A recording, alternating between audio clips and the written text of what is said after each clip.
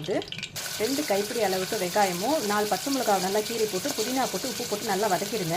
இது நல்லா வதங்கும் போது மஞ்சள்தூள், இஞ்சி பூண்டு, பெருங்காயத்தூள்லாம் சேர்த்து நல்லா வதக்கிக்கலாம். இப்போ இது கூடவே ஜீரகம், சோம்பு, மொத்த மசாலா, மிளகாத்தூள் எல்லாம் சேர்த்து நல்லா வதக்கிடுங்க. நல்லா அலசிக்கோங்க. ரொம்ப போட்டு இதை அலசக்கூடாது. நல்லா அப்படியே நைஸாக அலசிக்கோங்க. இதில் மூளை இருந்தால் தனியாக எடுத்து வச்சுக்கோங்க. ரத்தம் போக நம்ம கழுவி எடுத்துடலாம். பழுத்து தக்காளியை வெட்டி போட்டுட்டு இப்போ நல்லா அந்த மசாலாலாம் இந்த மாதிரி நல்லா வதங்கி இருக்கணும்.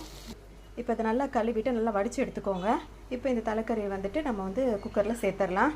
இது குக்கரில் சேர்த்ததோட 2 பங்கு தண்ணி 2 பங்கு தேங்காய் பால் எடுத்து இதில் சேர்த்துக்கோங்க. இதில் கொஞ்சமாக தண்ணியும் தேங்காய் பாலும் சேர்த்து இதை நம்ம வேக விட போகிறோம். எவ்வளோ எண்ணெய் ஒதுங்கி நிற்கிது பாருங்கள். இது இன்னும் வத்த எண்ணெய் அதிகமாகும். அதனால தான் தலைக்கறி சமைக்கும் போது எண்ணெய் நம்ம கம்மியாக ஊற்றிக்கணும். அவ்வளோதான், சூப்பராக ரெடி ஆகிடுச்சு. இப்போ மல்லி இலை போட்டு இறக்கிட்டோம் அப்படின்னா சூப்பராக இருக்கும். இதுக்கு மைதா பரோட்டாவும் நல்லாயிருக்கும், கோதுமை பரோட்டாவும் சூப்பராக இருக்கும். அதனால் இப்போ நான் கோதுமை பரோட்டா தான் செஞ்சுருக்கேன். இந்த மாதிரி மாதத்துக்கு ஒரு தடவையாவது தலைக்கறி வாங்கி செஞ்சு சாப்பிட்டோம் அப்படின்னா உடம்புக்கு ரொம்பவே நல்லது. இந்த காம்பினேஷன் அவ்வளோ அருமையாக இருக்கும். கண்டிப்பாக ட்ரை பண்ணி பாருங்கள்.